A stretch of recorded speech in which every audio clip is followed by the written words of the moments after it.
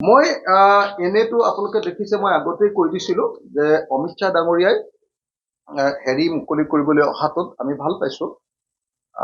বটদ্ৰৱা থানখন আমাৰ সত্ৰখন আমাৰ মুকলি কৰিবলৈ অহাটো খুব ভাল হৈছিল। কিন্তু মোৰ মনত এটা প্ৰশ্ন জাগি থাকিলে। মোৰ মনত, মই ধৰ্মৰ বিষয়ে ইমান ভালকে নাজানো, কিন্তু মোৰ মনত এটা প্ৰশ্ন জাগি থাকিলে যে যিজন শংকৰদেৱে গোটেই জীৱন মূৰ্তি পূজাৰ বিপক্ষে কথা ক'লে, যিজন শংকৰদেৱে নৱ বৈষ্ণৱবাদ বা ভক্তিবাদৰ মূল অৰ্থটোৱে হ'ল যিটো আদৰ্শ প্ৰচাৰ কৰিলে যে কোনো বলি বিধান নালাগে, কোনো মূৰ্তি পূজা নালাগে, ঈশ্বৰক পাবলৈ মাজত কোনো ব্ৰাহ্মণ বা এনেকুৱা ধৰণৰ কোনো মাজৰ কোনো মানুহ নালাগে।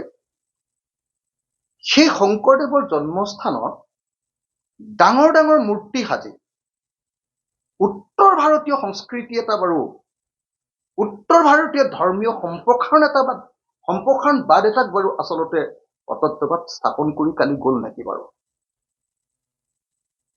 মই নাজানো দেই, প্ৰশ্নটো মই প্ৰশ্নৰ ৰূপেহে কৰিছো, আকৌ দেই মই খাটাংকে কৈ দিয়া নাই।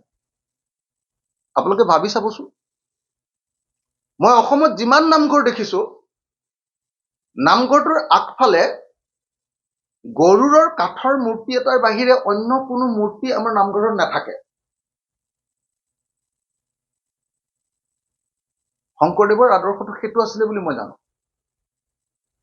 কিন্তু শংকৰদেৱৰ জন্মস্থানত উত্তৰ ভাৰতত যেনেকে মন্দিৰ বিলাকৰ আগত ডাঙৰ ডাঙৰ যে মূৰ্তি চূৰ্তি বনায়, তেনেকে দশাৱতাৰ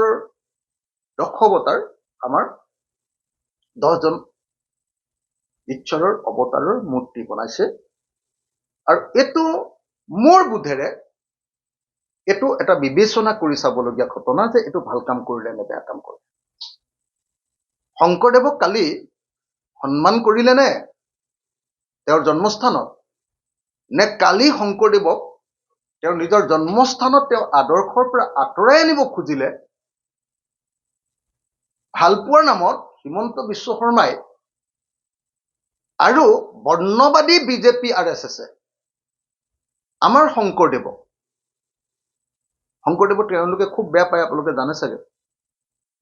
তেওঁলোকে ব্ৰাহ্মণ্যবাদত বিশ্বাস কৰে, আমাৰ শংকৰদেৱে আকৌ ডাইৰেক্টলি বৈষ্ণৱবাদত বিশ্বাস কৰি এটা বাক্য মাত্ৰ কয় যে তুমি কাম কৰি থাকা, সততাৰে কাম কৰি থাকা, মাত্ৰ এবাৰ হৰিনাম লৈ দিবা, এবাৰ মাত্ৰ ঈশ্বৰৰ নাম লৈ দিবা, এবাৰ মাত্ৰ কৃষ্ণৰ নাম বা বিষ্ণুৰ নাম লৈ দিবা, চববিলাক পাপ তোমাৰ খণ্ডন হ'ব, তুমি মুক্তি পাবা। কিন্তু RSSে আকৌ কিহত বিশ্বাস কৰে আপোনালোকে জানেই, বিজেপিয়ে কিহত বিশ্বাস কৰে।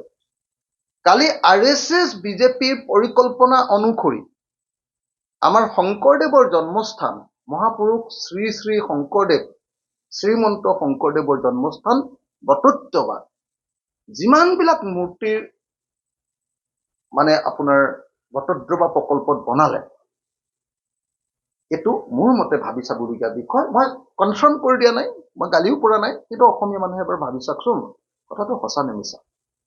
অসমীয়া মানুহে ভাবি চাওকচোন যে অসমৰ নামঘৰত কেতিয়াৰ পৰা গেৰুৱা বসন পিন্ধা মানুহ আৰম্ভ হ'ল? অসমত কোনোবা দিন নামঘৰত গেৰুৱা বসন পিন্ধিছিলে নেকি? আমিতো নামঘৰত সদায় বগা চোলা পিন্ধি যাওঁ, বগা চুৰিয়া পিন্ধি যাওঁ, মহিলাবিলাকেও বগা চোলা বগা সাজ পিন্ধি যায়। আমাৰ এইটো হ'ল অসমীয়াৰ সংস্কৃতি। বিজেপি আৰু RSSে যেনেকৈ নামঘৰবিলাক আৰু সত্ৰবিলাকত, এতিয়া বহুত সত্ৰ, মাজুলীৰ সত্ৰত মই গৈ নিজে গেৰুৱা বসন দেখি আহিলো। এতিয়া আকৌ আমাৰ শংকৰদেৱৰ নিজৰ একদম জন্মস্থানত এইটো আক্ৰমণ কৰিলে নেকি বাৰু?